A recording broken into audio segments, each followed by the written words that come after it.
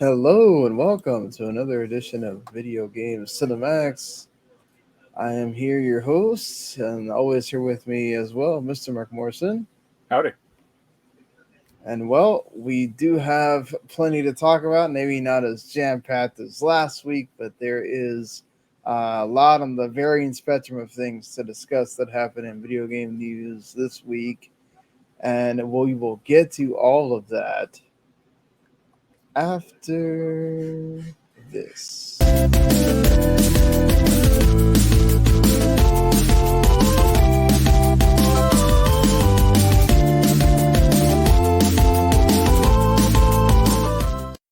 You are listening to Video Games to the Max.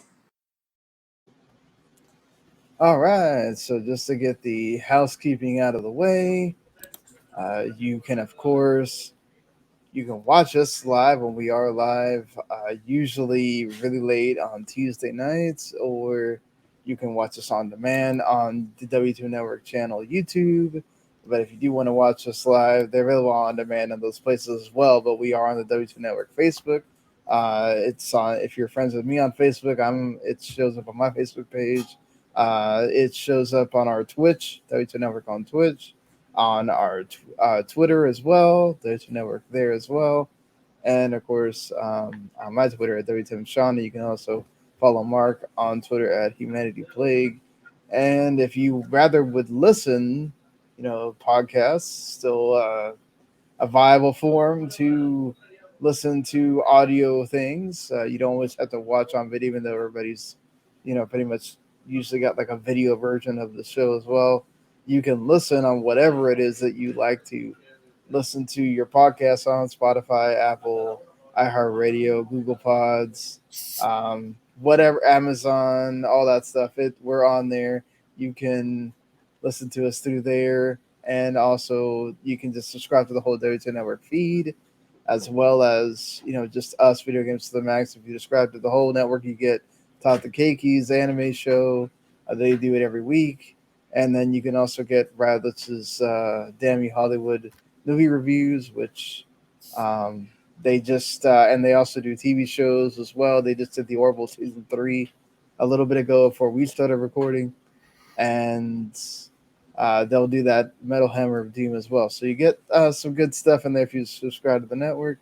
Until then, we will get going here with the video game stuff. So um, there's a lot to go through on the spectrum. I'm going to go a little bit inside baseball here to begin because, it's as people that, we write for sites and uh, edit for sites and do things. It's very disheartening when you hear others in the same industry have to suffer layoffs. And especially for me, Fanbyte was one of my favorite websites. Had started becoming one of my favorite websites to go to. They had a fantastic staff, had a fantastic uh, crew there that always had some awesome editorial out there. They did, they did great wrestling content. I'm not a big wrestling fan anymore, but they did great wrestling content on that thing. Imran, Natalie, all those guys over there, my heart breaks for them that they all have to go their separate ways now. Even their editor in chief is out. I mean, Tencent just absolutely just dropped that news out of nowhere on them. They're sitting here hiring Sean Layden on one side, and they're dropping perhaps maybe I don't know what their numbers are over there, but they had to do well because it felt like everybody was starting to read their stuff, and not even their podcast network that has some tremendous podcasts is out as well. It looks like they're transferring over to doing guides pretty much for the most part, which I kind of get it. Guides are like the number one thing that if you write that, it's going to keep going, and people are going to keep clicking on it. So I kind of get that, but it's really disheartening to find out that that happened with Fanbyte. On the other end of the spectrum, you also have G4, which they lost about 20 or 30 employees as well. Um, it's always terrible, regardless of whether you heard the terrible stuff with Frost making a big old deal about stuff or someone else. There's still it was cool that was coming back. But I think you and I talked about it, Mark. It was going to always be very difficult for that to still exist. Um, you know, Yeah, Dan will be it's crazy that it's lasted, this long. To be quite Dan knows frank, up, like, so you may want to put the link in the link is for in him. there. He can click on He said it. He said it didn't work, but try again. Oh, it didn't work. Okay. I never before like the layoffs happened. I never even heard of this Fanbyte website before. So yeah. I was like, okay. I mean, to be fair, you're kind of like one of those that like you have your website, yeah, and you go to it or whatever. I'm kind of always trying to find what's what's going on and everything with that. It also helps that these people are on they were with Kind of Funny before they went over to Fanbyte as well, which helps because I'm always going on with their content. So reading up on it, yeah, though, it seemed kind of crazy that like Tencent would be fronting this website or this, Yeah, I think it's part of the ZAM conglomerate. I think they bought that, right? So they're then in charge of this website, and yeah, but it's like how do you remain objective when something like that can obviously happen, or it's like what if a Tencent game comes they ran out? into this before. Yeah, the guy from Video Games Chronicle went at it with Imran about something, coverage about some game. I can't remember what it was, but it still sucks. Sucks to hear. As far as the G4 stuff goes, well, what do you expect? Yeah, I mean, obviously, in this day and age, it's just really hard with people getting everything on demand and everybody's doing it. I mean, they hired like 3 or 4 big time YouTubers, but you took them off what they're doing to be with G4, and then you still have a lot of people that are doing a lot of that similar stuff now. And you got to remember when G4 was around, there wasn't a lot of people that were doing that with video games. Well, there's 2 problems. The first is what is like G4's audience? Because it's not for current kids because they're not going to watch that shit. And the old heads like you and I look at G4 and just go like, this isn't like G4 is embarrassing the first time around. Now it's like extra embarrassing. I mean, it wasn't embarrassing. Like as far as like X-Play and stuff like that, wasn't necessarily embarrassing. Attack of the Show was what it was, but yeah, there was a lot of other parts of G4 that was like, yeah, who cares? See, like that's why, like I know, what is it? Austin Creed. That's his main name, I guess. His non-WWE name. Like he has this like big reverence for G4, and it's like he's the same age as you and I, or like mid-30s, and it's like, why do you have this, dude? Like, don't you remember like the 8 hours of Cops reruns that run every night, and like how they only had like five hours of programming and would like rerun it like 2 or 3 times during the day. Yeah, no, it's true. I mean, but the other issue is the I guess the Frost issue. Right. I don't know why you would go out after you had several of your colleagues get fired and go, "Oh yeah, I survived." I get it. It's more of a shot to the people that wanted you to get fired, but it still looks terrible. It looks absolutely ridiculous. And you should really think about the things that you decide to do. I get it that you want to get at the people that were hoping that you were one of the ones that are getting fired, but it just looks bad. It looks bad, regardless. And then she got fired. So yeah, exactly. Then you get fired. So that's the problem. Is if they had forgotten about you or they were going to let you have a pass, you kind of just made it obvious for yourself. So you didn't help yourself there at all. But either way, again, heart goes out to all those people. Hope you find jobs quickly, whether it's in the games industry or not. I mean, I saw quite a few people saying, I don't know if I can do this with the games industry anymore because this has been happening a lot. To be fair, I was reading something on Forbes, just earlier today that they're expecting 51% of companies are going to be laying off people. So this is not going to be the first. It's probably not going to be the last. We're probably going to hear about this again pretty quickly. So that being said, let's move things along to, I guess, more traditional video game stuff. Here, the EA Motive announced through a press release that they're putting a new Iron Man game in development.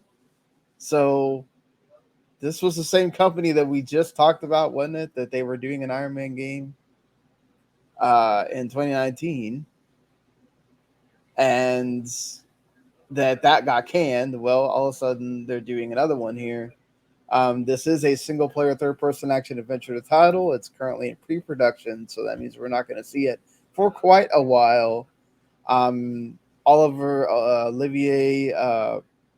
Prolu, who worked on the Guardians of the Galaxy game with Eidos Montreal, is executive producer, so that's a good thing right there, because I love that game. I know you weren't super hot on it, but it was fine, but I didn't like this. Like the production values of that game were the problem.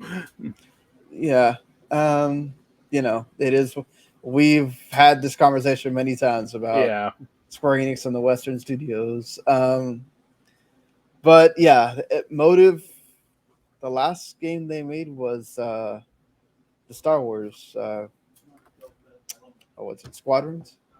Yeah. So, I mean, that was an unexpected hit for them. So, let's hope that this is going to be on that level. They're saying that, they're wanting to deliver thrilling gameplay, something that would be basically a celebration of the entire character, a love letter to the hero, and then, they definitely have a passion for Iron Man. Of course, you would expect them to say something like that, but still, it's good to hear in a way. So it's good to hear that they've got the good things going. You can make it what you will with EA and the one thing they should Star do Wars stuff, but yeah. One thing they should do is just like lift the Anthem flight technology or flight system from that game and put it in this one. What are you saying, that that's the only thing that was good about Anthem? Yes. Okay. Yes, I am saying that. Okay. Except for the fact that it would like overheat after like 10 seconds, and then, or you had to keep like getting into water to cool it off. I think this is dumb. Like, well, yeah, definitely don't do that with Iron Man, because that will piss a lot of people off. Yeah. I mean, is there something you would want to see in that? But I mean, like that Avalanche game from like 6 years ago, like big open world, fly around, do it, do whatever you want. That's what I think that's what most people want. They don't want some like mission focused game or like, level based game. Yeah. Definitely, I think you're going to want, they are saying it's an original story, so that's positive. I think you do need to have some stuff where you're, Tony Stark as well, in there. Perhaps, I guess that would be the story moments, would be when you're Tony Stark, I think. And then, okay, well, you're Iron Man, and here's your next thing you have to do. Like, let's see how ambitious they make this. I'm not going to be upset if it's not open world and not like, oh my God, I can fly everywhere and blah, blah, Is there going to be, and yeah. On the heels of Spider-Man, if it's not like that, that's a problem. Yeah, I mean, let's see if they do it, right? Because, will they go more of the Squadrons route where you, it is more kind of mission focused and all that? Or do they go the Spider-Man route and say, okay, look, this is a Marvel game. We got to make it big. We got to make something that people can feel like they're in the environment and enjoying it. Yeah. I'll agree with you that I do think they should go that route just because it's the proven thing. But I'm kind of just happy that we're getting an Iron Man game, and this is a studio that knows what they're doing. So I'm just happy that that's happening at the end of the day. Like, let's see when we get it, obviously. That's going to be the thing that we have to kind of, how long is it going to be in development for? But, that Dead Space game isn't even done yet. So, I mean, at least that Dead Space game has a release date of next year. But, it seems like they're far, but they also have stuff to go from on that, right? Like that they have the old game to go from. So this is a little bit different. They're gonna have to start from scratch here. But I would say if we get it before 2025, so that's something. Here's the big question: do you think they get Robert Downey Jr.? Oh no, I don't think so. Do you think they should get Robert Downey Jr.? I mean, that would be a total plus if they could.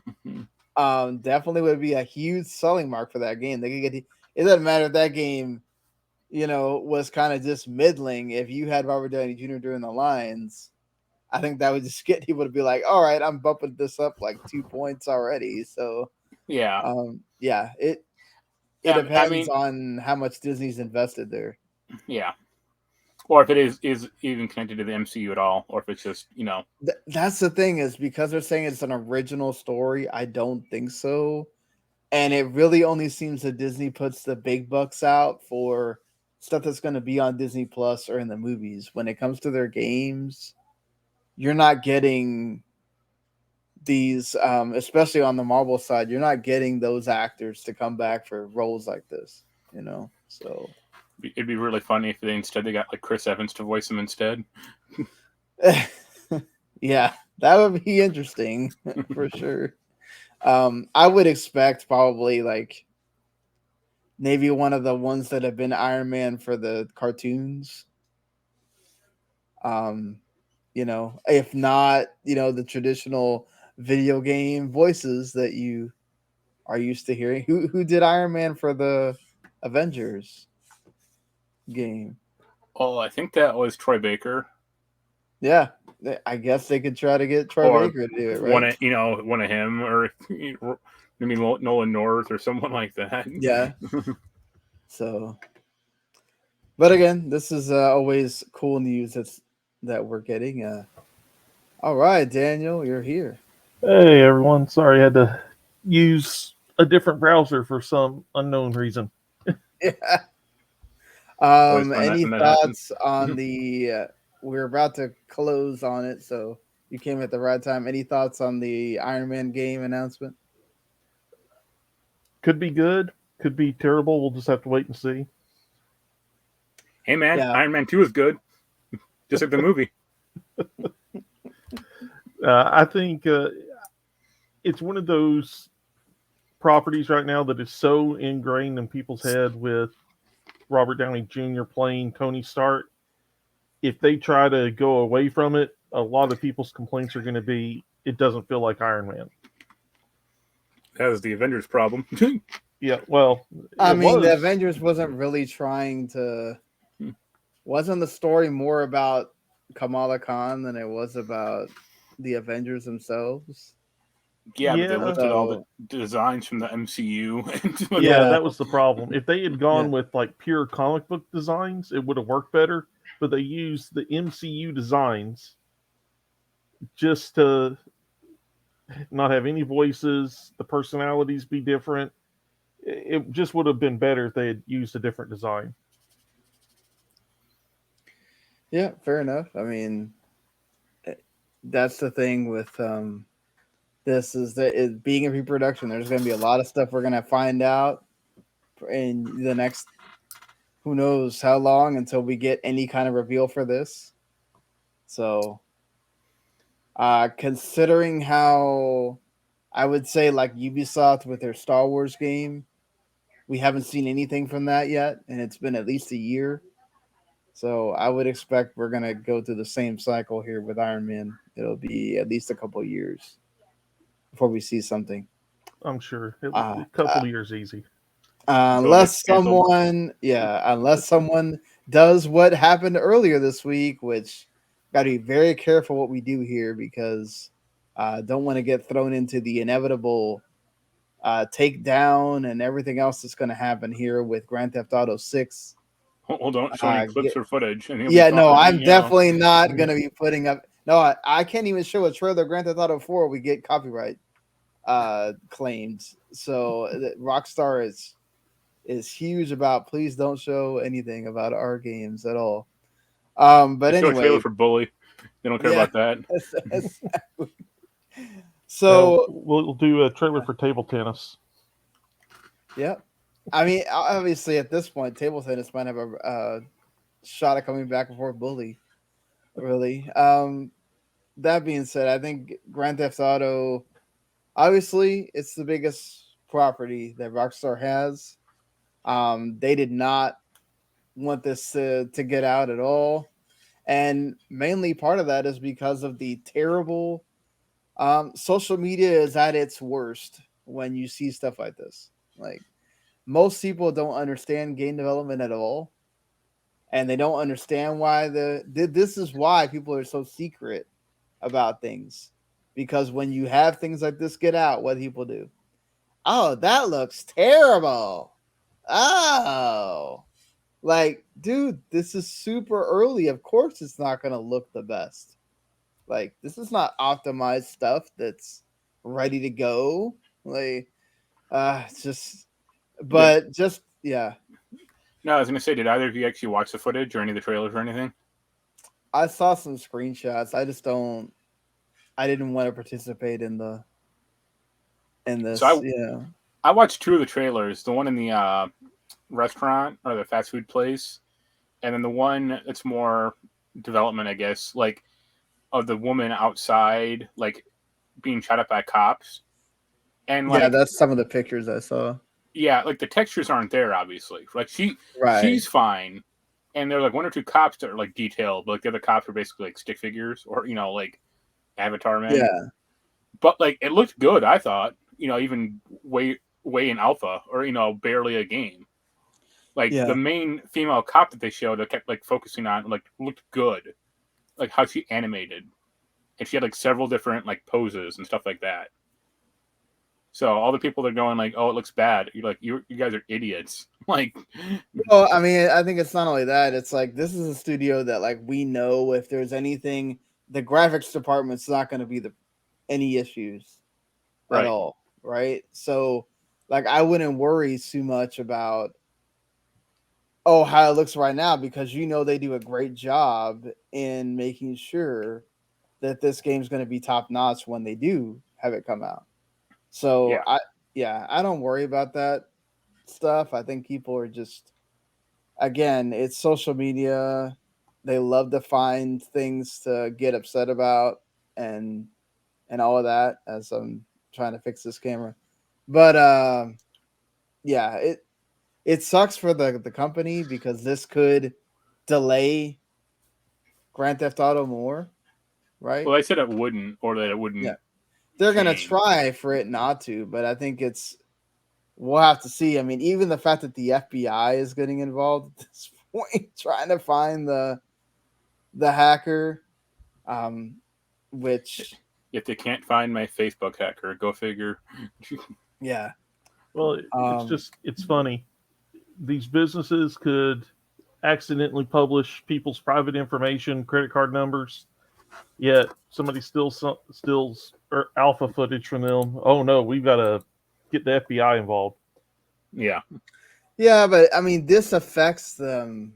Like, I know. It's just, I mean, my degree's in IT or information security, and however this happened, which we'll probably never know, but my guess is that somebody probably shared their login information with someone, and they decided to go in and start pulling footage.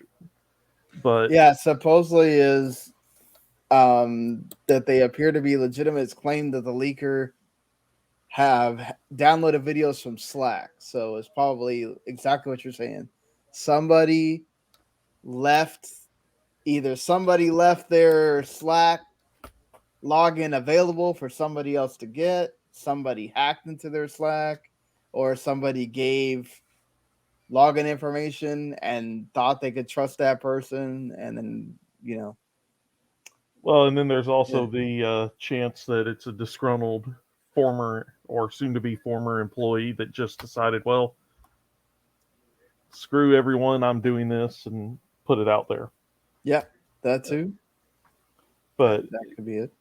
I mean, we had a few months ago, there was the Diablo 4 hack. And another one this week as well. Another one this week, yeah. Well, I remember we were debating then, was it truly a hack, or was it kind of well, we're going to put some of this footage out, see what people say, and be able to explain, well, hey, we didn't release it. This isn't a finished product. So don't judge the game based on this, while they get free feedback, basically, from how it looks. I don't think that's what happened with this because it was so early, but it's just interesting. Yeah, well, it's also like Rockstar. They don't have that negative connotation that Blizzard has right now. And yeah, but I think crazy. Also, like, the Diablo one is just people being stupid. Like, why are you streaming this on Discord? Why are you streaming this to anyone?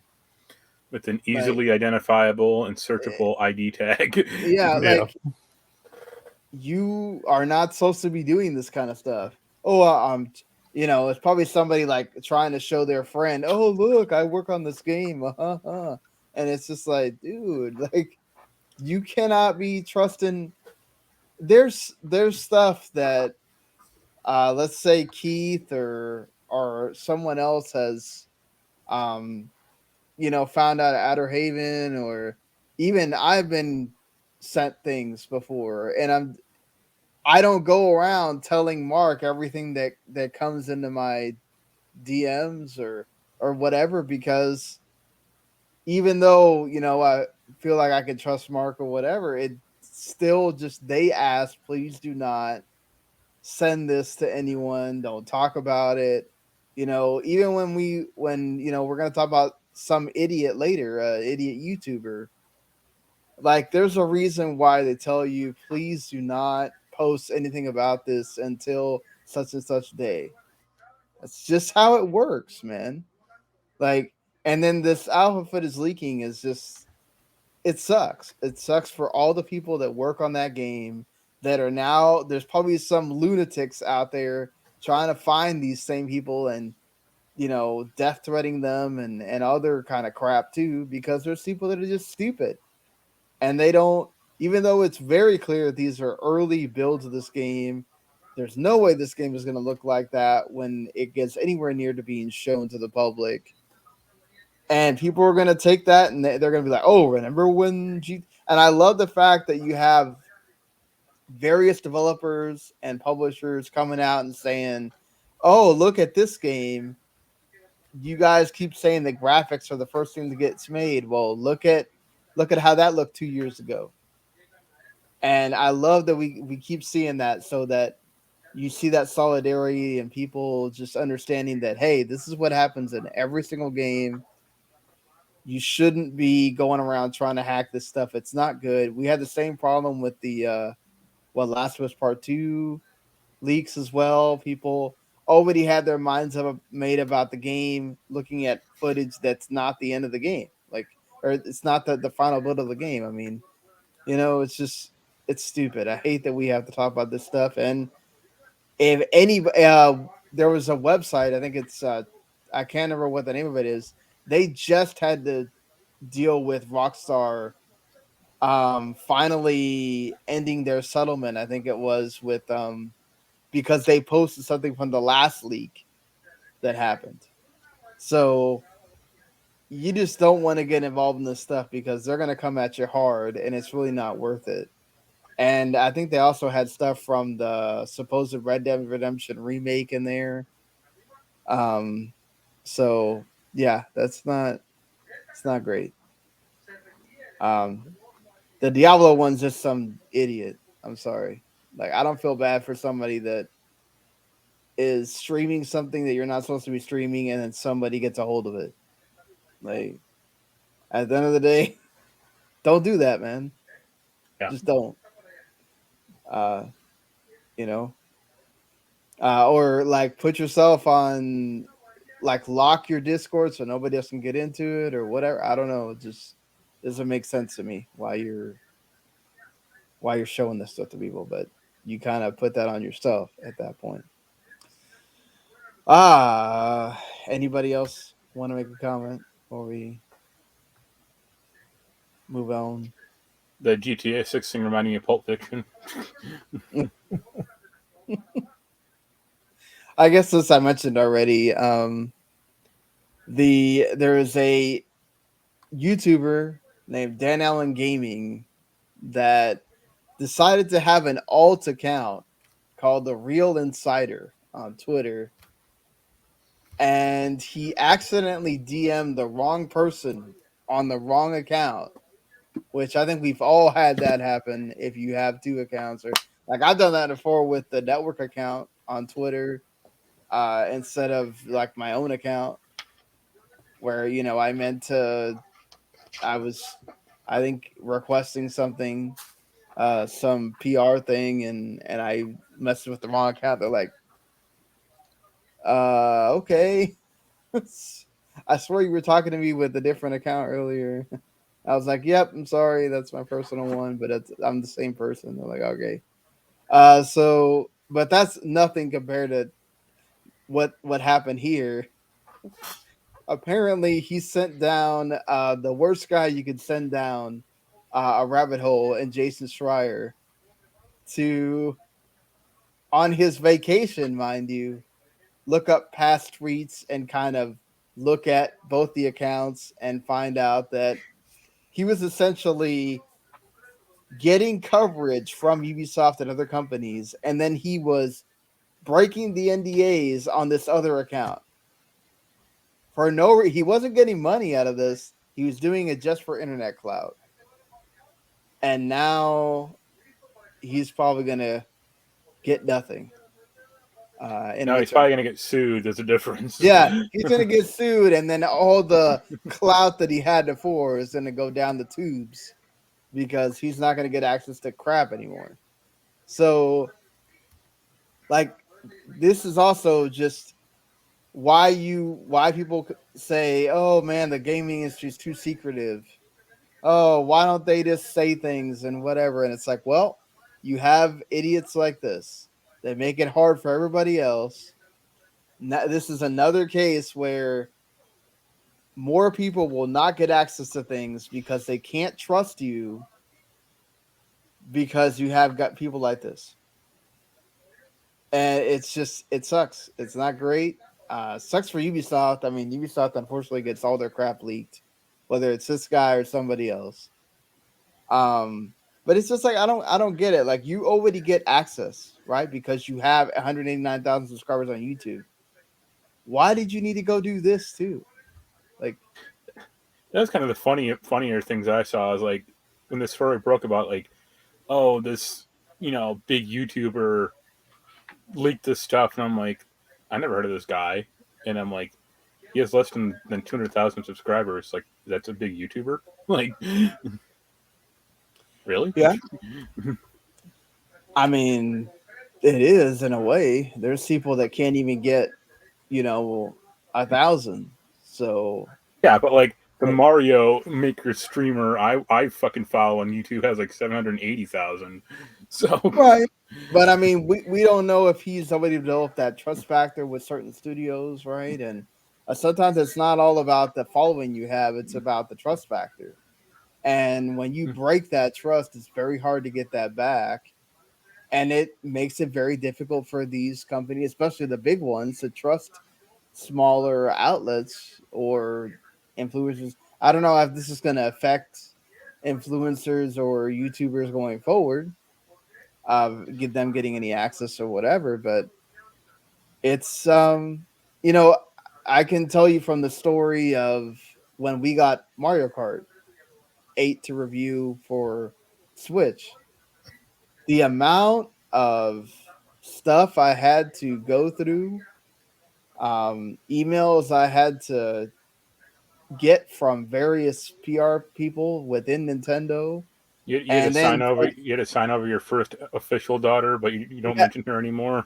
Yeah, like them having to make sure that it did not get to my house earlier than like the day before the game came out and everything, because they were so scared that information would get out or something. I was just like, I've done this before. I know, we're not. You don't want anything out by this date. Trust me, I'm not going to do that. And they're like, listen, we're doing this with a lot of people. It's not just you. And I'm just like, okay, it's fine, but this seems like it's like way too much, And that's just one company.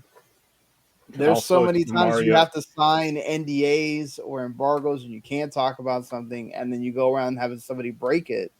And it's not, and his stupid response, his apology of, oh, everybody breaks NDA. No, not everybody breaks it. Just you and other people that are like you that don't think about that short-term gain that you get. It's not going to help you because you're going to get blacklisted from everywhere else. So it's not going to help you at all. And it's just stupid. So like that one IGN reviewer a few years ago who was plagiarizing reviews. Yeah, that. Oh God, Philip Houston, dude, come on, man. It's yeah. I mean, you answered your question. It's somebody that's just looking for the short-term gain and not thinking about how it's going to affect anything long-term.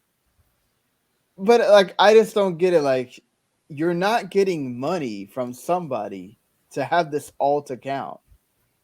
No, so, but like, yeah, it's internet fame is considered, still a currency or still viable. Like, if I had an exclusive that like no one else had, and not saying it was under NDA, but like if I'd confirmed knowledge that like a Splinter Cell game was coming, like a new one, I'd say it, assuming there's no NDA. An NDA, obviously, yes, but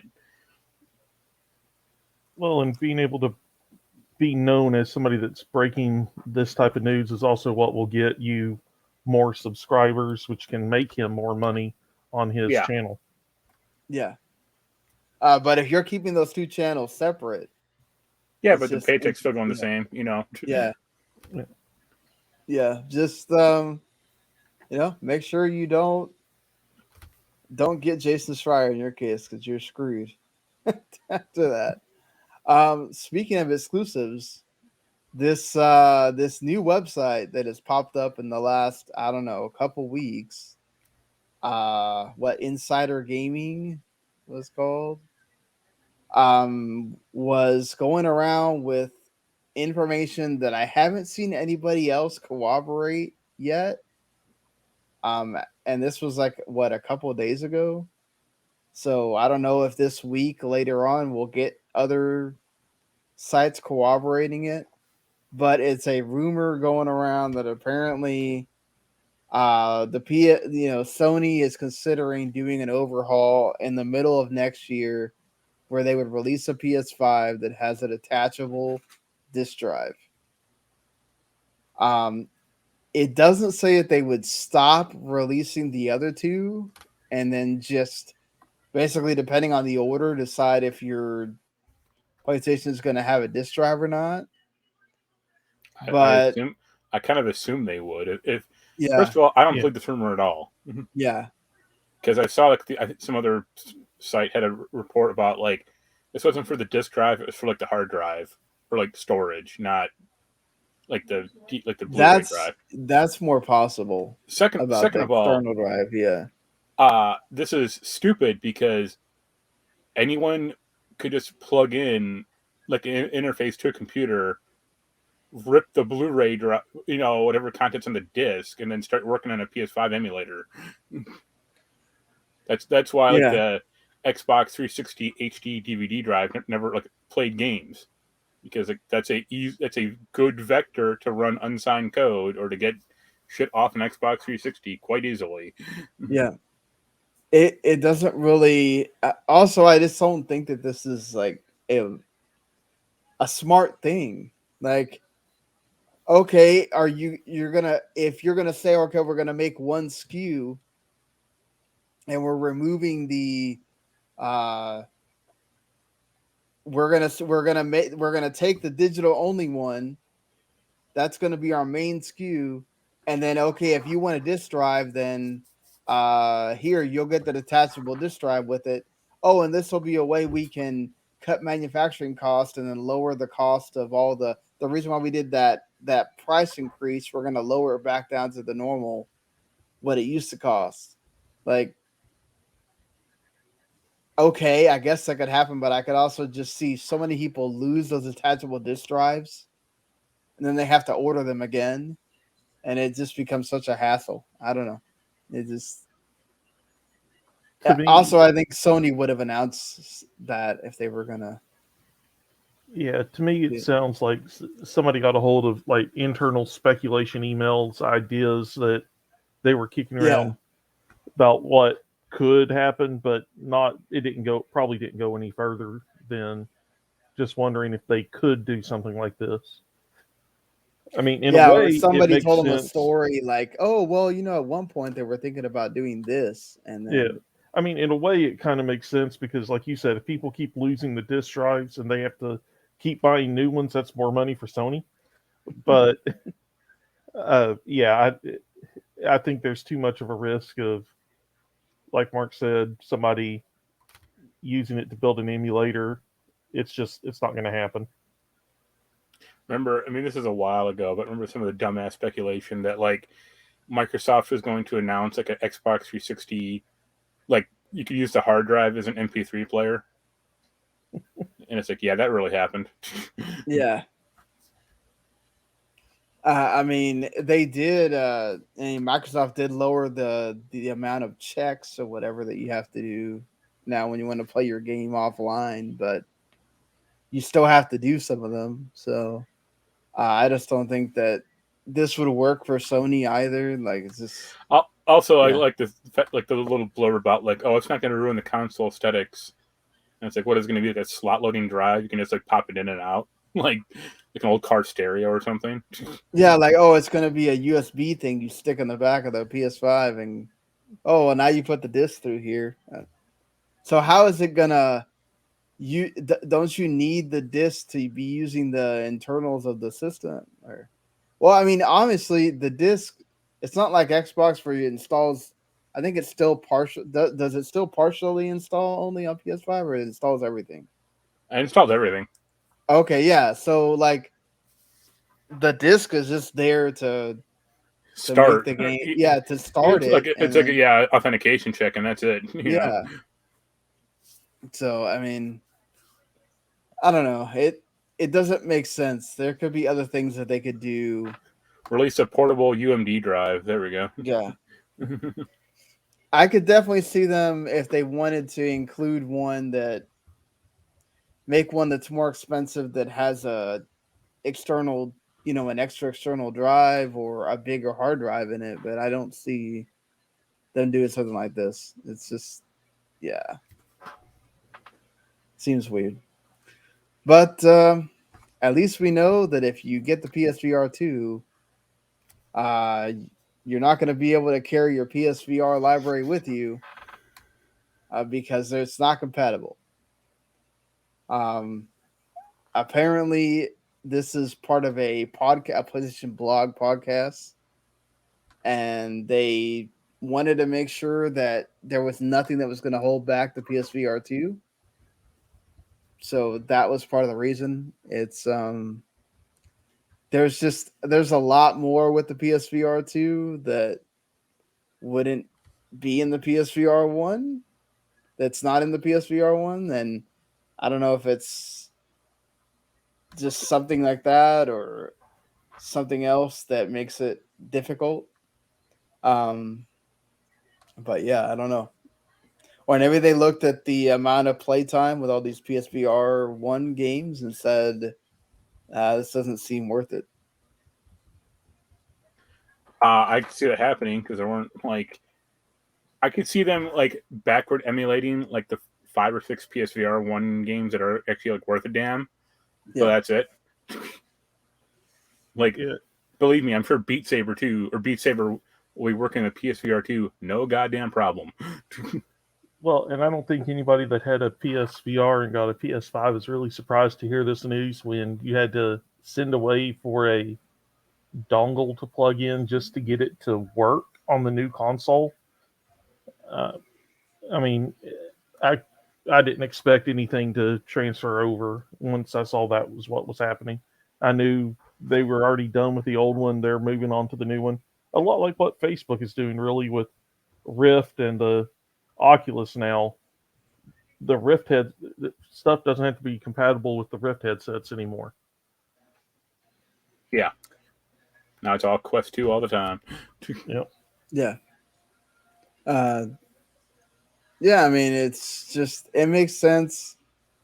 I know people are going to be upset if you still have your PSVR 1 games and you really wanted them to work on your PSVR 2, but like I said, there are like 5 or 6 PSVR 1 games that should be emulated, like Moss, the first Astro game, Beat Saber, Super Hot, Biohazard.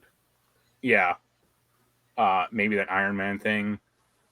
That's about it, you know? Like, that thing didn't have a lot of great experiences overall, I don't think. So, yeah, I mean, then also, like, right now, when you still don't know how many people are going to adopt the PSVR 2, especially if now I'm seeing rumors that the PSVR 2 could be expensive.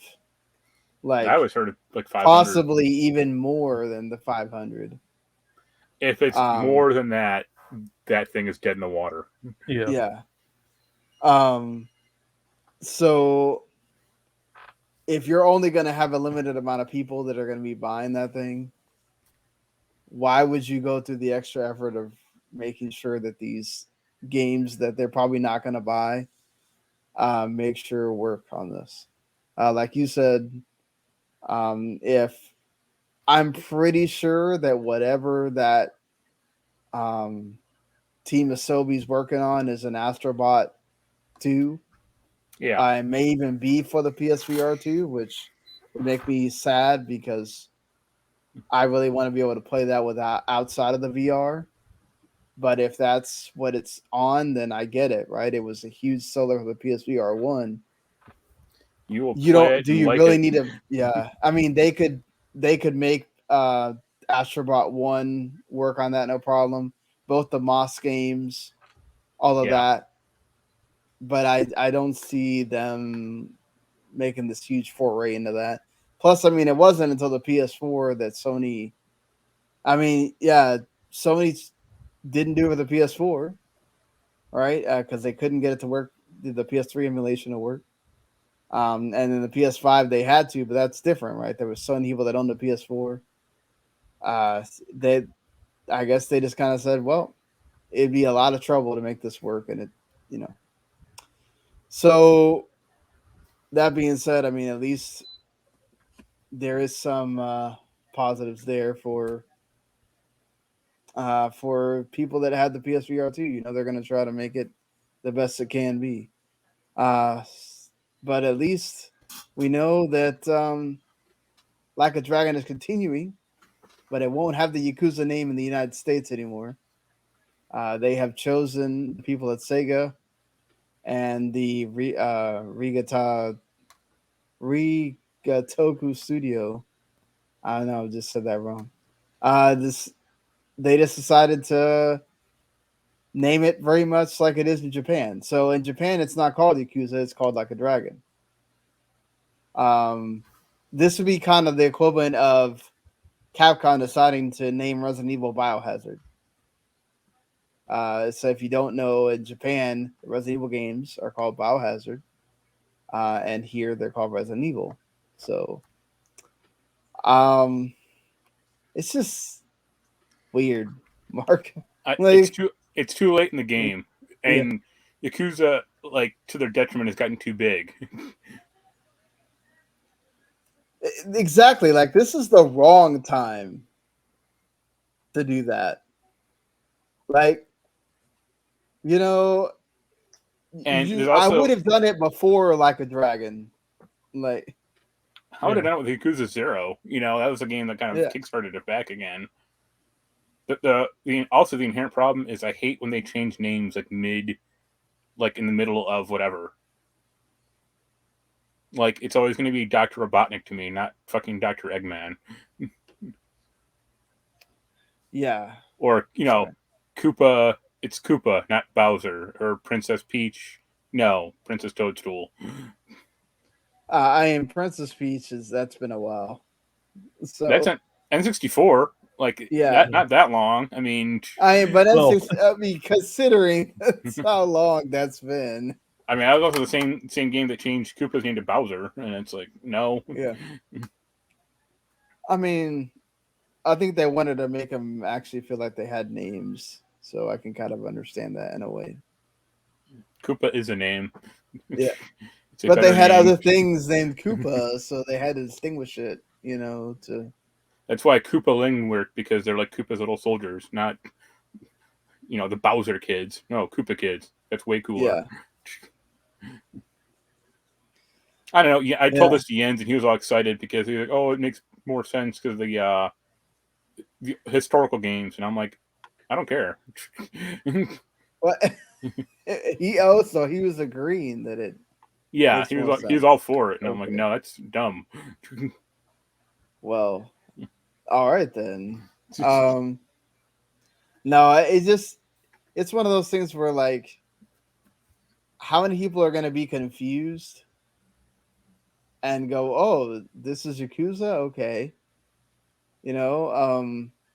like, we get it because we're looking at the news all the time, but we're so used to being called Yakuza. I think, like, it kind of it rings off the tongue better. Like, it's just when you say Yakuza, right? Unless you're talking about the actual Japanese Yakuza, like, most people will be like, "Oh, you're talking about the game," and now it's like it's also, you're gonna get confused because people would just started calling Like a Dragon the game Like a Dragon. So, like, now the whole series is called Like a Dragon. Like, I don't know. I mean, it's slightly different because of the studio politics involved, but it's the same thing about FIFA and EA FC Club, or the fuck they're calling that thing. Like, yeah, it's FIFA. Like, right, but I mean, that's different because FIFA is the governing body of soccer. Just like Yakuza is a governing body of crime. I mean, come on. Yeah. Yeah, I mean, I think it's gonna. Part of me is being really pessimistic and just thinking now we're gonna start getting Yakuza re-releases as Like a Dragon, and they're gonna just remarket it, the games with the name change, to try to get more people into the franchise. Yeah, but I mean, you have a fairly recognizable brand. Why change it unless it's something like a copyright reason where they can't copyright the phrase Yakuza?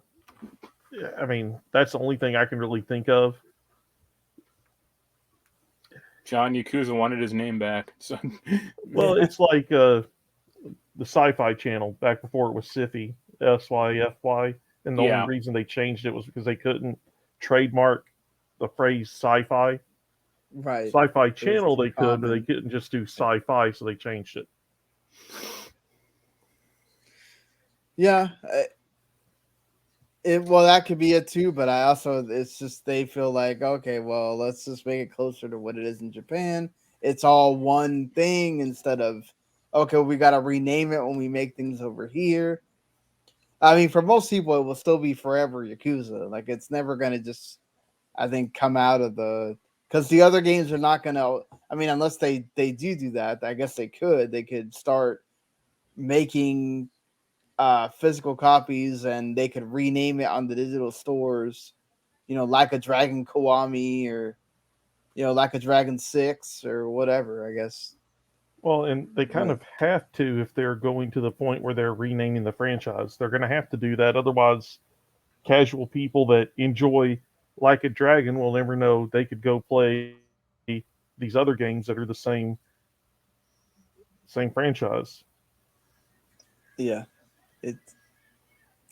all the Yakuza re-released games I have are going to shoot up in price and because of the physical versions, the old ones.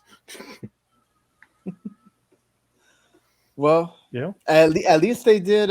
We talked about Ishin last week because that was part of the state of play, but they had a that morning they had the reveal of obviously Like a Dragon 8 and the game that's basically happening. It tells you Kiryu's story in between Yakuza 6 and Yakuza Like a Dragon,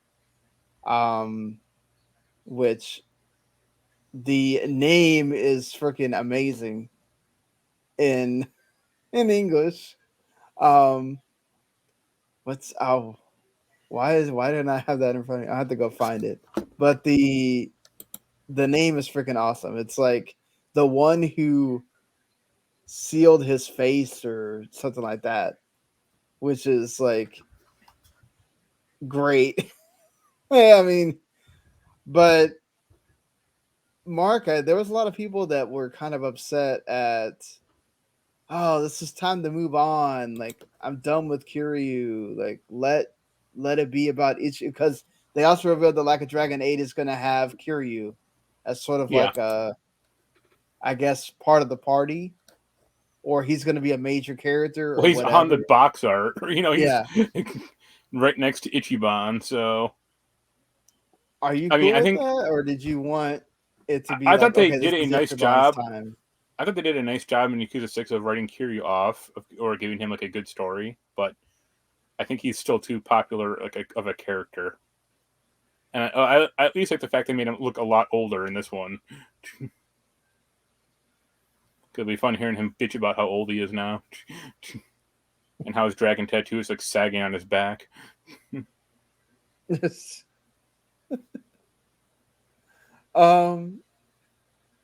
Yeah, it's just like I kind of get those people in a way. The thing I would do is have it be a marriage of the two games. Have Kiryu be like the beat 'em up guy, and then have Ichiban be the RPG guy. Okay, it's called Like a Dragon Gaiden, the man who erased his name. Still a cool name. So that's the one that's Kiryu's story between 6 and 7, or 6 and Like a Dragon, whatever. Also, like the Kiryu with the gray hair, it's weird, but I guess at least they age him, so that's something. But yeah, I mean, are you happy about all these Yakuza games coming, or sorry, Like a Dragon games? No, Yakuza. Coming? It's okay. I don't care about the historical one at all. I know Jens is all pumped up about it. I think he played the original one, or he tried to. I got a feeling they're gonna eventually burn that series out to keep pumping all this stuff out at the same, quickly. But I guess we'll see. Yeah, I liked how they had it's Kiryu, but he just has a different name. It does. Ishin looks really cool though with the he has the sword and the gun, and I'm kind of excited to play that as well. But obviously, Like a Dragon 8 is the one I'm excited about because 7 was my sort of big introduction to the series, and partial to Ichiban obviously, and that whole crew. Happy that the crew is back.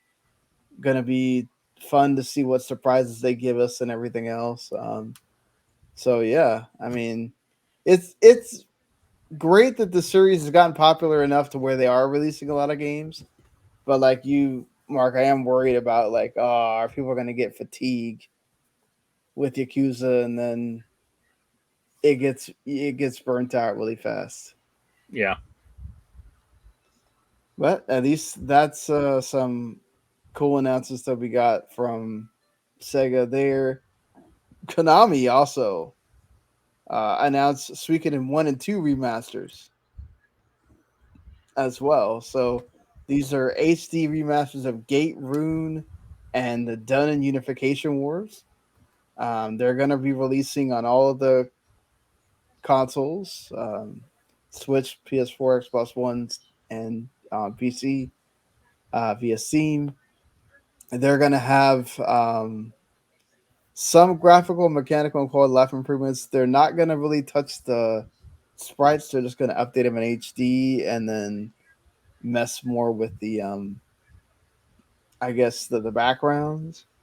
And they have also like redrawn the character portraits for Suikoden 1 as well. So, yeah.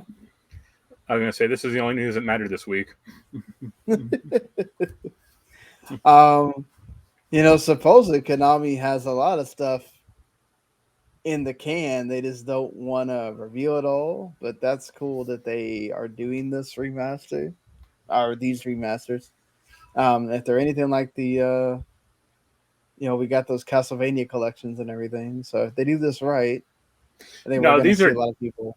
These are different from those because those are like just straight ports, or right. This like looks like they actually spent more time on fixing it up and making it look good. Like I heard it's compared to like the Final Fantasy Pixel remasters, except not shitty. Yeah, I mean the Pixel remasters weren't, I'd say, shitty. Just the fact that they, didn't put them on, consoles, just PC, and so it. Yeah. But I never really got to play these games, quite honestly. So it'll be cool to actually be able to go and check them out. All your BS Xenoblade Chronicles obsession will go away once you do. Finally get to a good RPG series.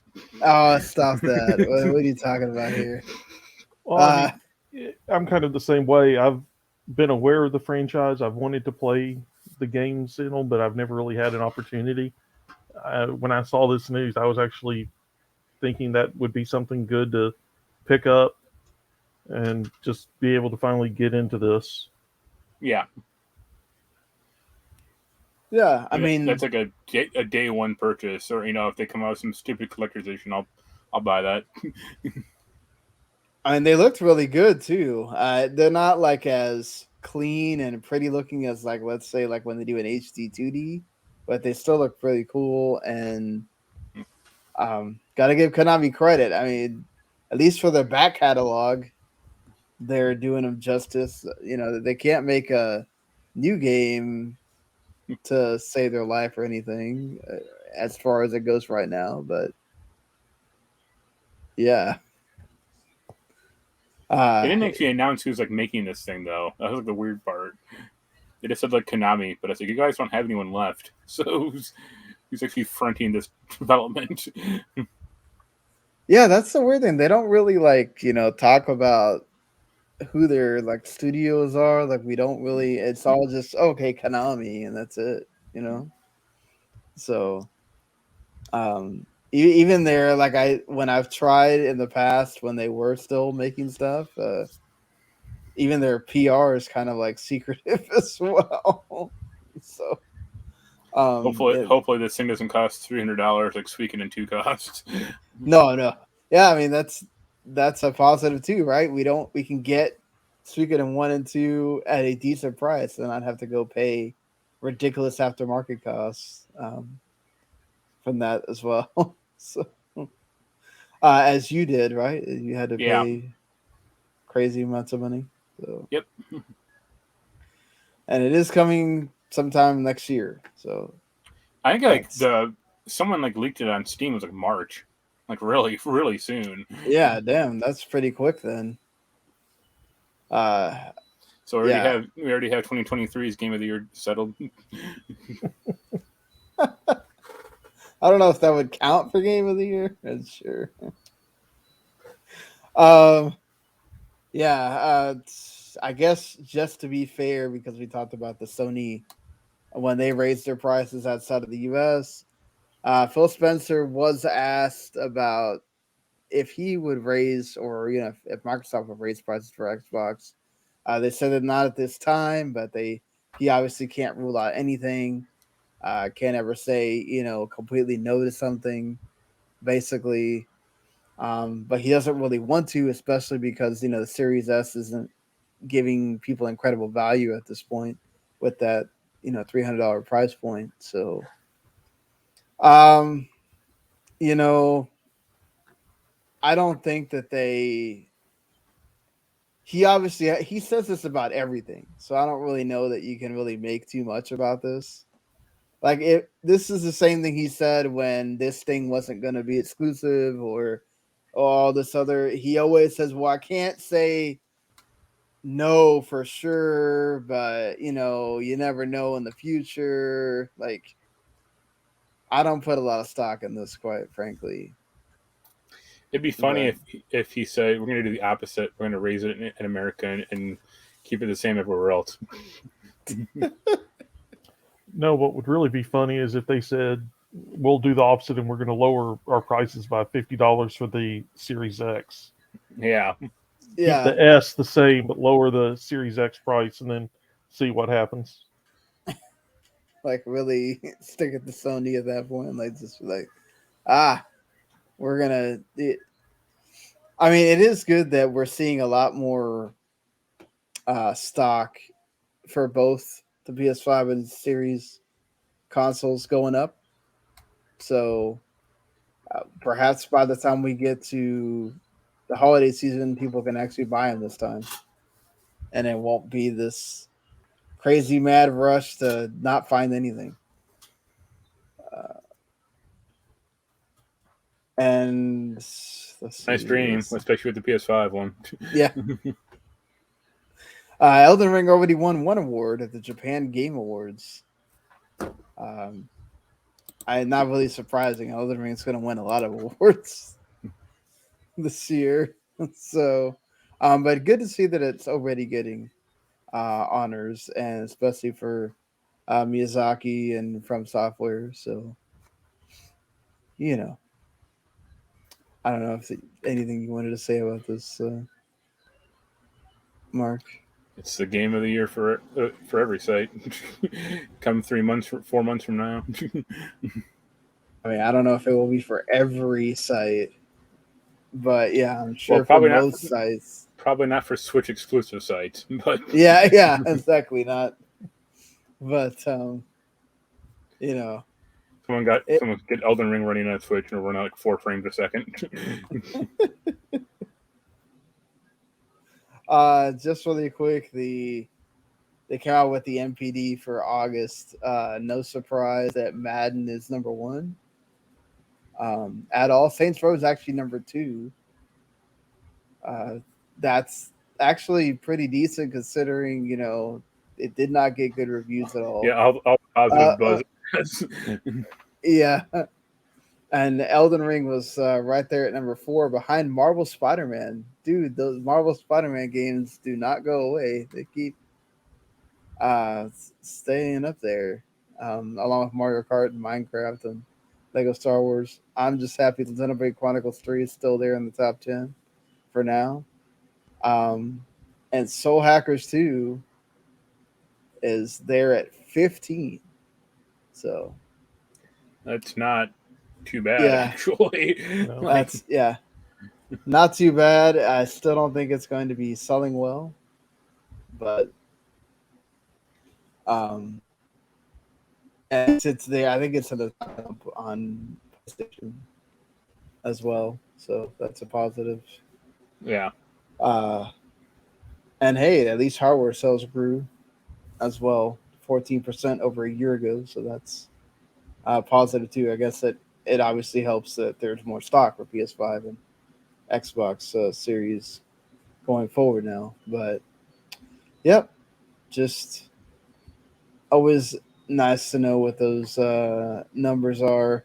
And of course, it'll, Madden getting number 2, not surprising, even though apparently this year's Madden is not very good, or at least not much of an improvement from the year before, but we'll see. I'm shocked. Shocked. Yeah, right. Shocked. I guess, it really shouldn't be, quite frankly. Well, have you guys been playing anything? You can go first. I've actually had a little bit of time with my daughter being sick. I realized that over on Steam, Temtem, I'm the I don't want to. Everybody is going to call it a Pokemon knockoff. It's really not, but I mean, it is inspired heavily by yes, Pokemon. but they did do a lot of stuff differently. And it's an MMO also. Yeah, which I haven't really seen any. I haven't gotten to the point where the MMO comes into account other than seeing a bunch of other people on the screen. But I mean, the game's good for what it is. It's fun. It's different enough with the way you're running with two Temtems battling at a time versus two other. So there's a little bit more strategy. The game's built up. You have moves that build off of the different types. So like you have MP. Yeah, I mean as well. Yeah, it's good for what it is. It's fun. I don't sit there and play it and think, wow, this is just a giant ripoff. It is inspired, but they changed enough that it feels different enough that I mean, it's enough to kill some time. I haven't seen any of the haven't run into any issues with the pass that they sell yet. That's cosmetic items. From what I can tell, it's just all cosmetic stuff, so it doesn't matter that much anyway. For what I've been doing, it's fun. It's definitely a lot different than when I got it, I think a year ago on early access just to try it during one of the Steam sales. So. Oh, okay, so you're playing it on Steam. Yeah, I bought it a year, possibly more ago when it was in early access, and I played it then, thought it was interesting. Other stuff came out, and I just realized that it came out of early access, so I fired it up to see what it was like. Yeah, I played it the same, like that first time it was in early access. I thought the same. I thought it was a pretty good, like, just starting to have something different from Pokemon, right? And the fact that they kept giving it updates, they kept adding stuff onto it. Then they put it on PS5 first, and I got it there. And yeah, I've enjoyed it so much. Just like you said, just there's a lot that's come out, and then of course, Pokemon itself has new games as well. So hard to go back to something like this. But I think if you're wanting to see what a Pokemon MMO could be like, this does a really good job of that. Really. And if Pokemon was more like an actual traditional RPG, I think, and not so if Pokemon evolved a little bit more. Yeah. What we could see, like that first time I played it in that MP, like all of a sudden having to worry about an MP bar, I was like, oh crap, I actually run out of moves and I can't do anything. You can't spam the same move, and you're going to actually damage your Temtem if you do that. So there's a lot more strategy involved in the battle. Some moves can only be done after so many. They have to charge up 2-3 rounds before you can do it. So it's definitely a lot more strategy than what you would normally get in a Pokemon game. Yeah, for sure. Anything else you've been playing? Or that's all I've had really a chance to. My daughter's been sick for the last 3 days, so while I sit with headphones on to pass time while she's asleep, I'm just playing whatever I could, and I realized that came out of early access. Marc? Time to start playing some solitaire games on Steam. I finished the Assassin's Creed DLC, the Ragnarok stuff, and for a brief moment, I thought I screwed myself bad in that game, but it fixed itself. Like, the last mission is, like, go and infiltrate this prison, and rescue your son and basically do the end game. I did that, and there's, like, a locked door in that place that opens during that mission that has a bunch of keys in it for, like late game gear, and I didn't get those keys. So I went back there after it was done, and the door was locked again. And I'm like, oh, because I haven't saved in a while, and all my auto saves were like past that mission. So I'm like, if I have to roll this game back 10 hours to like get this goddamn door open, no. But I closed the game and reloaded it, and then the door was open again, or just gone. And I'm like, thank Christ, because I don't want to do this. Yeah, I know. I actually started playing GTA 5 on the GTA 6. I wasn't because of that. I bought it like a few weeks ago, and my PC can't like run it that well anymore. I've had the PC version for years now, but I got the PS5 version, and it's still good. I still like it, despite the story problems. Like, that game's kind of a bummer because it just screwed up Franklin so bad in that game. Yeah. And the last, like, I haven't even unlocked Trevor yet. I'm only like 5 hours in. I really dislike that game though because you can't like restart missions halfway through. It's like you have to like either fail the mission or complete it and then like restart it. And it's like, this is dumb. Like, if I hit a wall accidentally, I'm like, I know I'm going to fail it.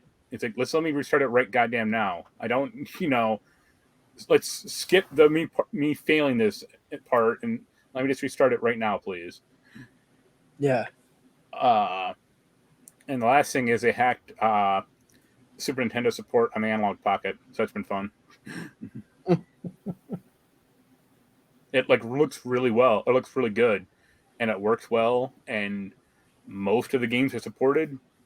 Like, there's like one or two games that like aren't, like Kirby's Superstar, because it has like screwed up chips in it. But like 98% of the games are supported, so that's pretty good. Hey, that's possible. Yeah, for sure. So, yeah, I've been playing Super Metroid on that off and on. All right. Well, I have been playing a lot of the Square-Enix decided to release all their demos for all their games that are coming out. Diofield Chronicle comes out the day after this is up for most people. I played that. I played the Harvestella demo. I played the Valkyrie Elysium demo, and the Star Ocean. Dang it! Why do I always forget this name of this game? Star Ocean Divine Force. Yeah. A demo that came out earlier yesterday morning, and so Harvestella is basically like Square Enix's take on Rune Factory. So like, but it has some of the Final Fantasy job stuff, and so you create this female character, and you do get to do some of the farming stuff, like growing the plants and watering them, and then you also craft and that kind of stuff. Fish. The fishing is much simpler than in some of these other games. But then there's the story that's involved in this, with the about the Quietus, which is pretty much like the death season. And then there's other stuff that's involved in that. So you get to play the first 2 chapters in the demo, which I think gives you a pretty good sense of the game. I liked it so far. You get to unlock the fighter class and the mage class, and I like the way they both work. It's pretty much like action RPG when you're in the battles. So it's, and you do get a party as well. So like you do get different party members and stuff like that. So like if say you're not huge on the farming, but you like say Final Fantasy stuff, I think this could work for a lot of people. Like there's enough story in here and enough things that you do that would be much more like an RPG. That if you're not big on a lot of the farming stuff that you would do in say like a Harvest Moon or Stardew Valley or whatever, I think this could be that gateway for some people to kind of give those games a go. But I really like that. I think I'm seriously considering picking this game up when it comes out in a few weeks. Because I've seen other people bitch about the time system or like the clock or whatever. Yeah, the clock. Thank you for reminding me about the clock. The clock is. I hope that they do something with that, where they update it or whatever, because they do have a save system in the game, but it's tied to like these spears that you have to get. And like, let's say the one in the story mission in chapter 2, where you have to find this person. It's a dungeon. Well, it's not really a dungeon, but they call it a dungeon. It's way up there. Like, you have to go far. And even when I got to the save point, even if you go at like 8 or 9 in the morning, which the problem is when you go on the world map, time goes a lot faster than when you're actually there inside the whatever village or wherever you're in. So in that time that it takes to walk from where you're at to the part of the where the dungeon starts, and then to get to the save point, you already lost like 3 or 4 hours. And then I don't even know if there is another save point where you get before you get to the story part where you're actually trying to solve that mission. But I went far. I tried to go as far as I could.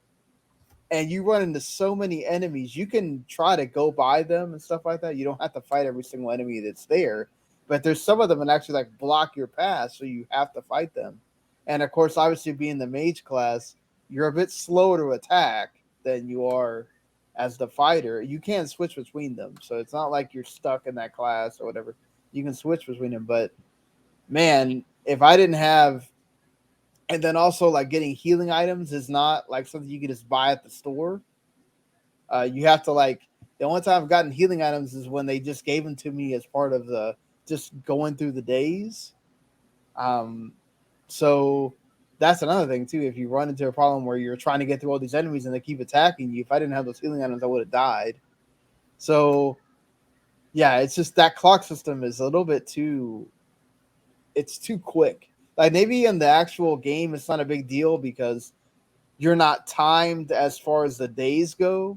But if you're trying to actually finish this demo, it's difficult because you only have 15 days. And yeah, I'm already at day 11. And I don't know. I don't know if I'm going to make it. Don't worry. I'm sure in the actual game you'll get a song to play in your ocarina that makes time go slower.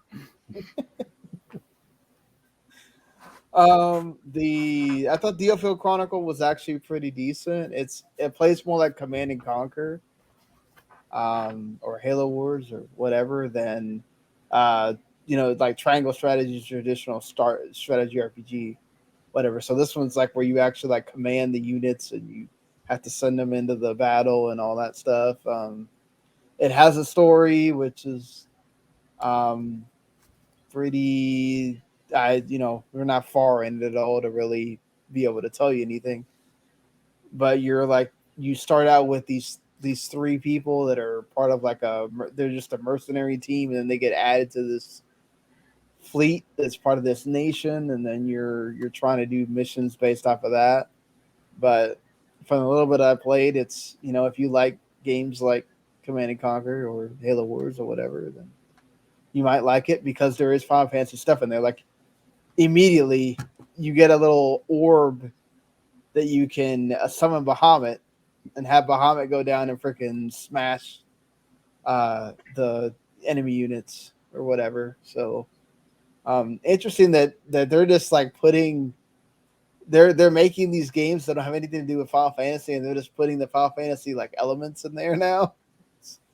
Well, sure, I guess Square-Enix. But yeah, just to get people.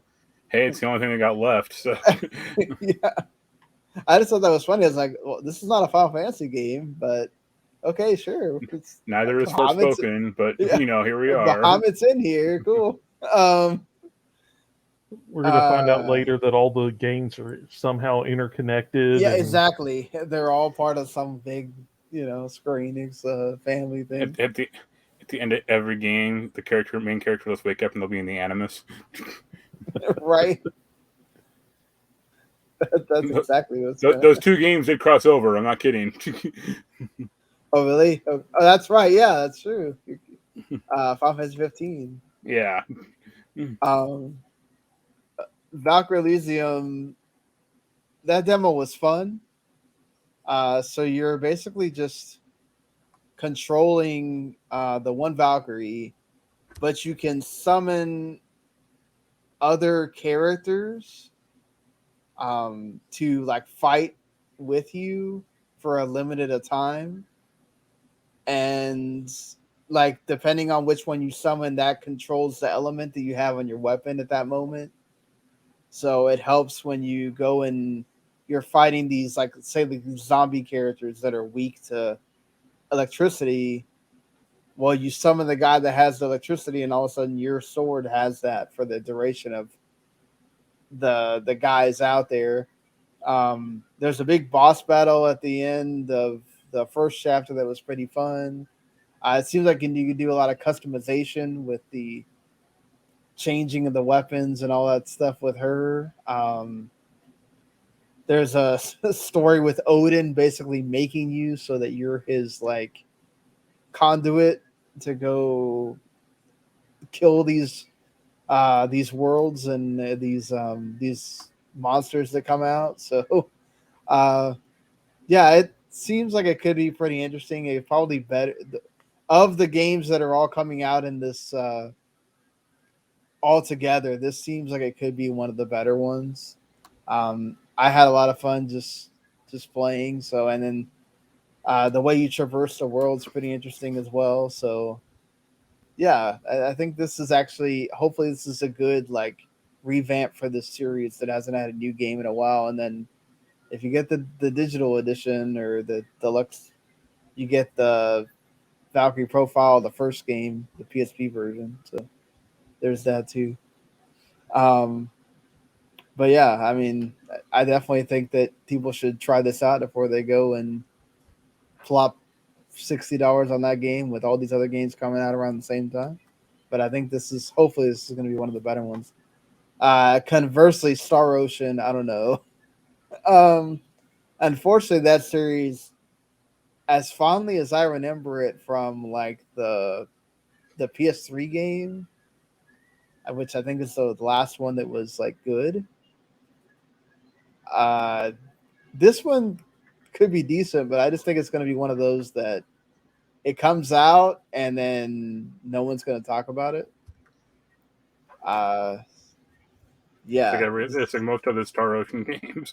Yeah, like I don't know. It seems fine. Like it's going to focus more on like the sci-fi part of Star Ocean and stuff like that, but and you can control all three all the characters in your party at any time. You can switch between them and stuff like that.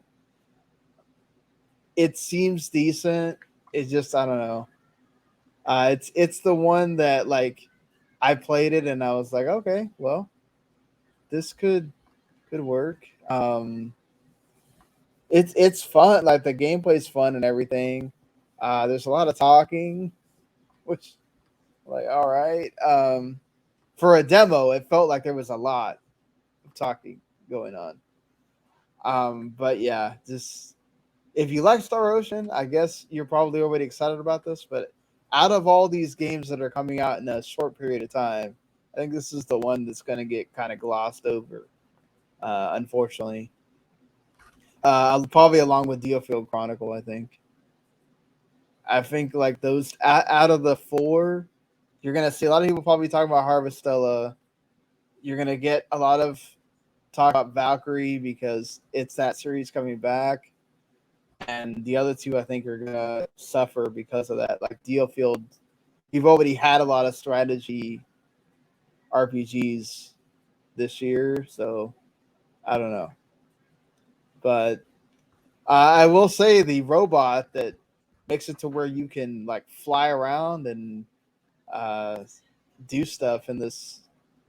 Makes the combat a bit more interesting than it would have been otherwise. So that's cool that's there. But yeah, after all that stuff that I played, I did play a little bit more Soul Hackers 2 as well. Another hour. Marc pretty much gave you all the breakdown on that. Yeah, it is what it is. Like, I like the the battle system enough, and getting the the demons, and I do like the fact that you can go around the dungeon and like talk to the demons and they give you stuff. Yeah, I like that too more also. Yeah. Like, you don't have to like waste a turn negotiating with them in battle, or although it's the counter problem of like, well, what if you want one specific one and they never pop up? Yep, that too. I do, like, it's just that system is there from like Persona and Shin Megami, so like that's not necessarily anything they aren't surprising. Breaking new ground. Yeah, it's just, I don't know, the story's just kind of like blah. I don't know, I'm not like super far into it, but I'm like already kind of just like, okay. Did you get the 4 main characters yet? Or yeah, I got the main characters already. It's just it's like, okay, whatever. I like Ringo and what's her name? Fig. Yeah, I hate the name spelling her name though. Yeah. But the 2 revived characters, I guess. Well, all 3 are revived, but yeah. Milady. Like, Melody. Milady, yeah. She's something else. I don't know. I was just kind of like, wow, we made this big deal and this is who it is. Somebody that's like just doesn't seem to want to be where they're at. Cool. But yeah, that's the hallmark of any good video game or TV show. Just like a Star Trek Discovery. Yeah. But that's it for me on playing games here. Anything you guys want to talk about? Andor is debuting probably as we speak, so I'm sure we'll have thoughts about that next week. But anything else you guys want to talk about TV show wise or whatever? I haven't watched it yet, but just to continue the tradition on this show, Quantum Leap came out. Quantum Leap. So I'm gonna check it out. It is somewhat of a continuation of the original series. So Sam Beckett is still out there somewhere. Who knows if we'll see him later on in this season? Once they can afford the Scott Bakula books. Well, I think something tells me it has worked out too well for his NCIS show to end and this to get started for him not to show up this season, despite what he says about how he turned it down, everything else. I mean, we've seen actors lie about being in shows, movies, everything. Just in the last few years. That's like the one huge like reveal that they don't want to make sure it's spoiled. That'll be the first season finale reveal, is so he just pops up, or like the main character jumps into his body. Yeah, I mean, I can see that being on the season finale, or maybe the episode right before the finale, so you actually have him in the final episode. But just like on Chuck.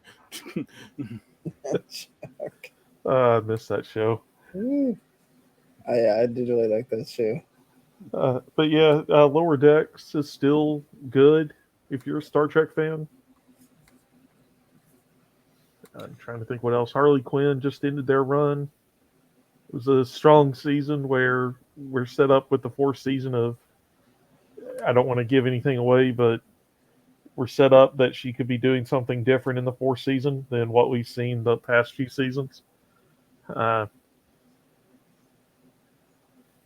That's the stuff that has stuck out in my mind. I know I'm forgetting stuff, but did you watch the latest episode of She-Hulk? I did, and all I can say about it really is it sets up the cameo that everybody wants to see. Yeah. And Tennessee's 3-0 facing Florida this week, so my optimism will be dashed by Sunday.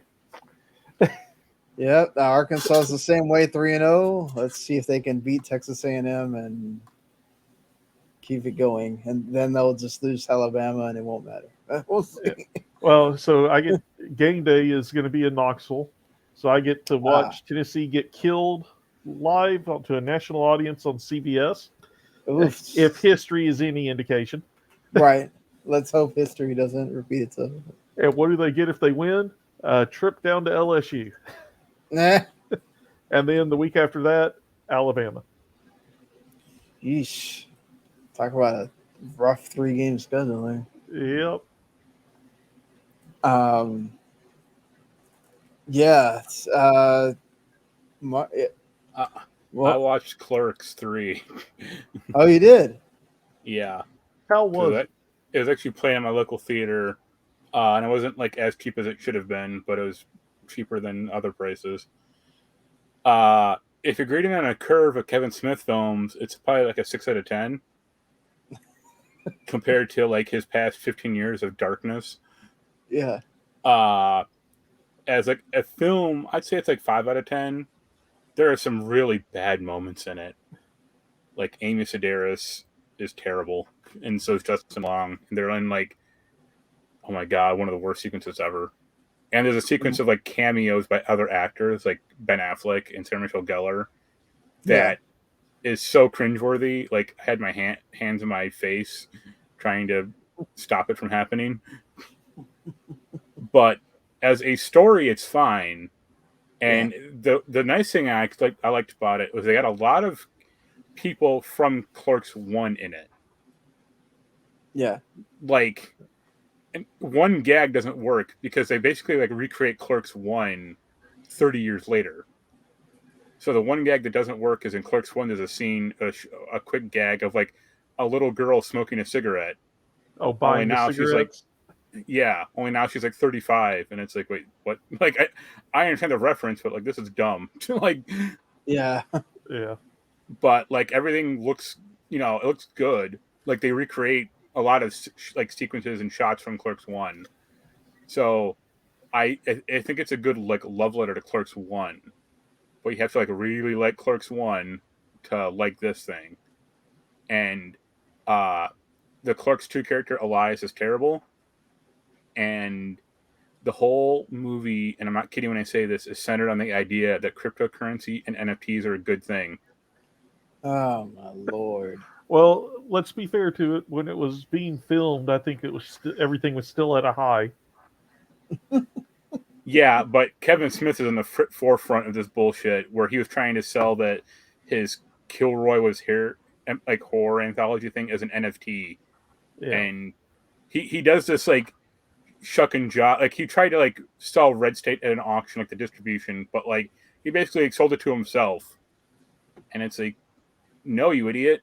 Like if you're gonna make it an auction, make it a real auction. Don't just say, oh, it's an auction, and then there's a lot of people like you have been for 15 years now.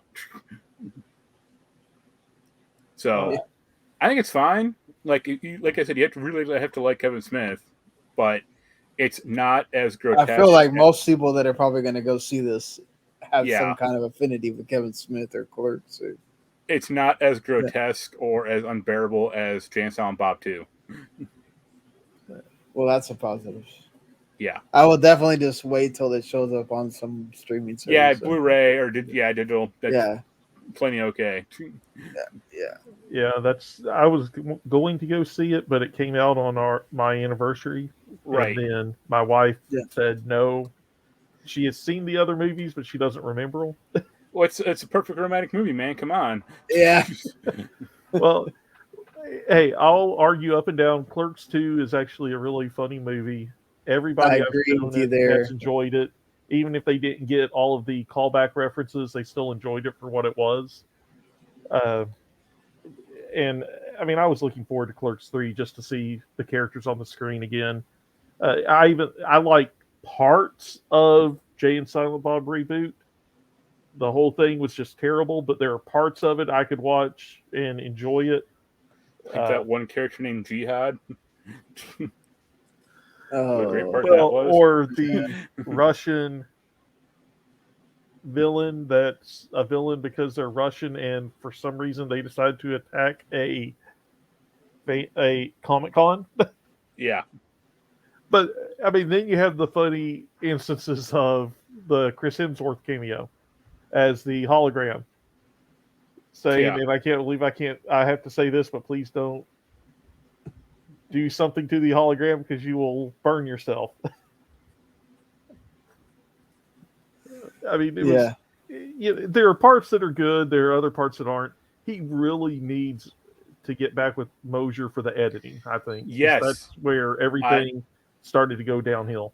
See, Mosier is actually in this movie acting for like a second, or he reprised as like one of the Will and Black characters. Yeah. And it's like, what happened? You were there, man. You could have prevented some of this shit from happening. Like, why didn't you stick around? and then it's like, oh wait, he actually has a career in Hollywood. He wants to avoid this shit. So, right.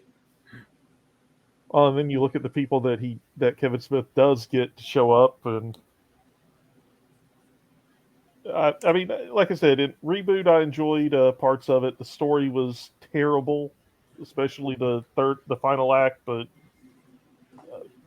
I mean, it wasn't the worst thing I've ever seen. So, thankfully, in Clerks 3, his wife and his daughter are in it. His wife is only on it for screen for like 3 minutes, which is like 9 minutes too long. But his daughter doesn't say anything, and it's like, thank Christ. Yeah.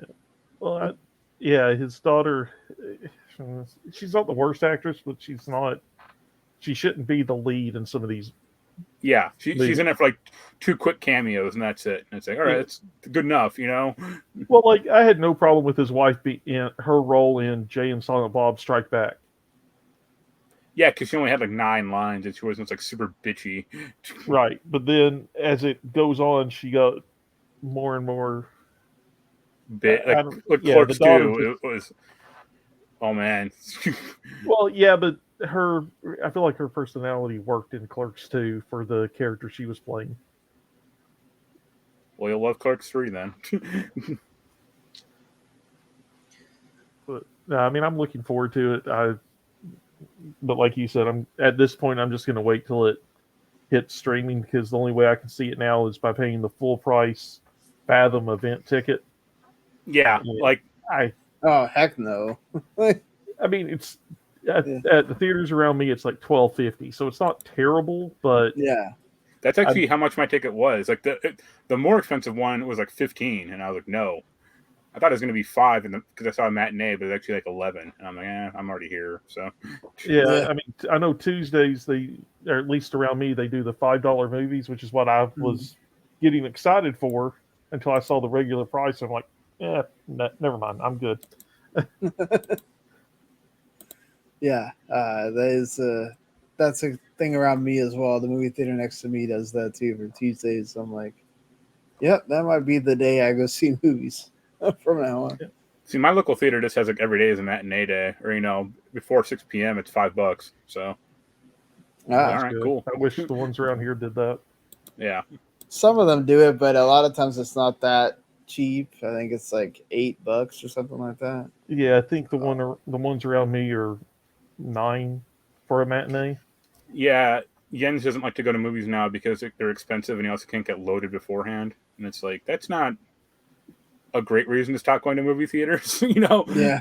Because I mean, the expensive part, yes, like yeah, but because the bar next door closed down, and you're heartbroken over it. It's like, yeah, okay, let's bring a flask in, or like right, or not drink beforehand, right, drink after, depending on how well the movie went. But yeah, Clerks 3 is like it was passable or it was bearable. Let's say that, except for like 2 or 3 sequences.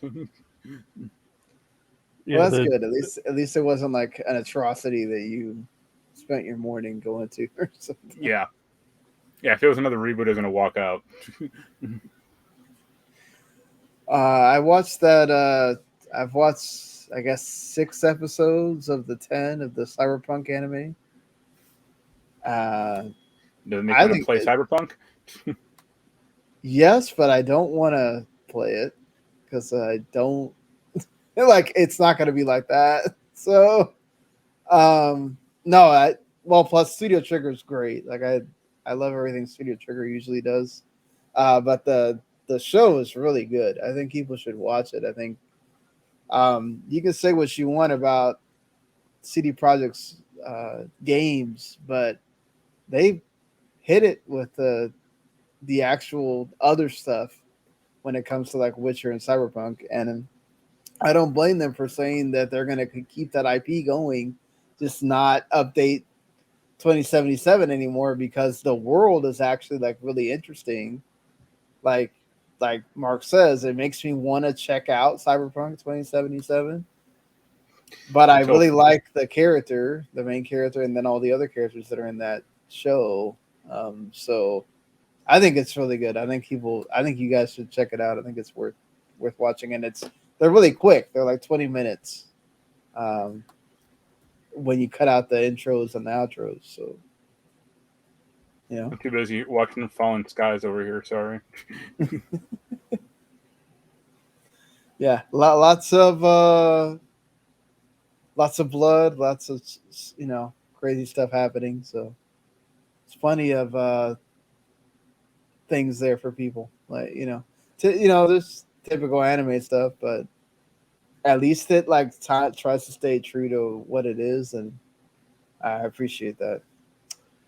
That was kind of, I think, most of me watching stuff this week. But all right, if we don't have anything else, I think that's going to do it for the show this week. I think I did mention that Diofield Chronicle is pretty much going to be out by the time this podcast is up. So if you're interested in that, go check it out. Pretty much. That Deathloop is on Xbox now. If you didn't get it on PlayStation, you can finally get it on Xbox.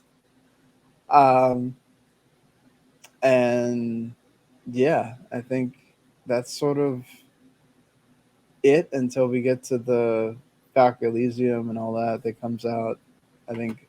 Oh, the Legends of Trails from Zero also will be out before we do the podcast next time. So that's another one of those that I'm like, why all these freaking JRPGs coming out at the same time? It's too much, too many games. That might have to be one of those like rainy day when I know I don't have anything. Buy that because I like the Trails from the Sky games a lot. So, and that's sort of like starting that arc. But yeah, FIFA's coming pretty quick, so I have to like not entangle myself in a big long game at this point. But real quick, talking about FIFA, because I saw this today. What do you think about them possibly putting Ted Lasso and AFC Richmond in FIFA? Doesn't bother me. I mean, hey, if Steve-O can be in an NFL game, why not? Yeah, like I guess if it gets people interested in playing the game or whatever, that's fine.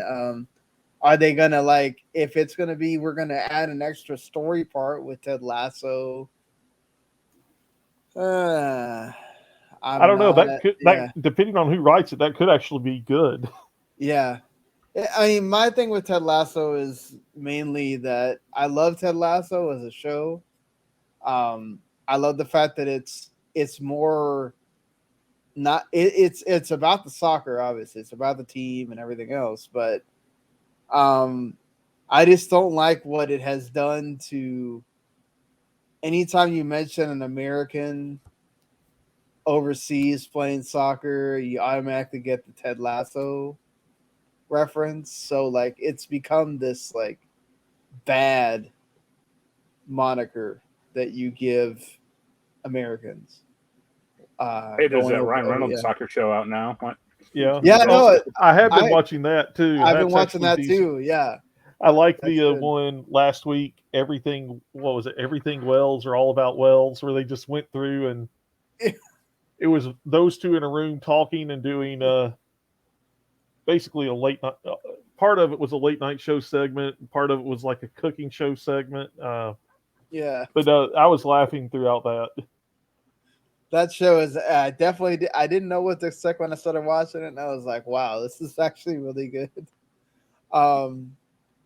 And like McElhenney's like super passionate about that team too. He's just like really into that. I was not expecting that's gonna happen, but it'd be fun. It'd be the cool thing that they could say is in FIFA, but I don't know that it's gonna really be one of those things that gets people to pick it up that maybe aren't gonna do so already. Make him the cover athlete. Oh God.